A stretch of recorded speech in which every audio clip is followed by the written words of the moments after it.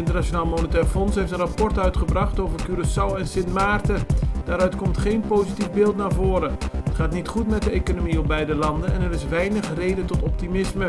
Curaçao ondervindt al jaren last van de crisis in Venezuela, maar voor de toekomst ziet het IMF voor beide landen weinig positieve ontwikkelingen. De politie heeft laten weten dat ze in de periode na oud en nieuw streng gaan controleren op mensen die de openbare wegen afsluiten om te racen en trucs uit te halen met hun auto of motor, het zogenaamde fieveren. Volgens de politie zijn dergelijke activiteiten illegaal en gevaarlijk. Daarom zal er hard tegen worden opgetreden. De barakken bij de gevangenis zaten de afgelopen periode overvol. Afgelopen weekend kwam er meer ruimte toen een grote groep werd teruggestuurd naar Venezuela. Volgens politiewoordvoerder Imro Zwerver kan er de komende tijd anders worden omgegaan met ongedocumenteerden. Hij geeft aan dat er de mogelijkheid bestaat dat ongedocumenteerden, als ze worden aangehouden, zich alleen maar moeten registreren en daarna weer vrij worden gelaten.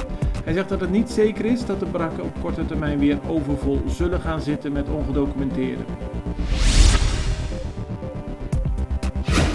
Morgen wordt in de rechtbank een zaak behandeld tegen 3 mannen die aan het begin van dit jaar voor bijna 100.000 gulden hebben gestolen aan supermarktspullen.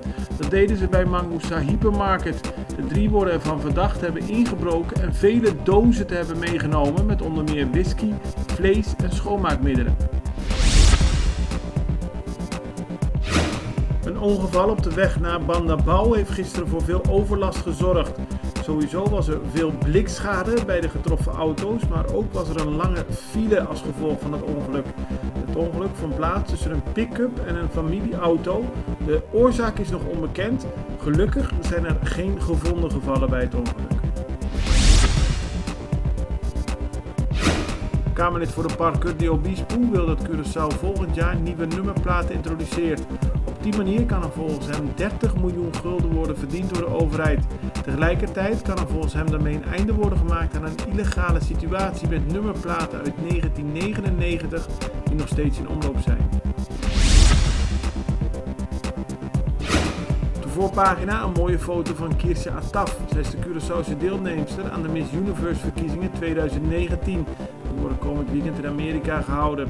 Volgens de krant is Kirsia bezig met een goede voorbereiding op die verkiezingen en de krant wenst haar alle succes.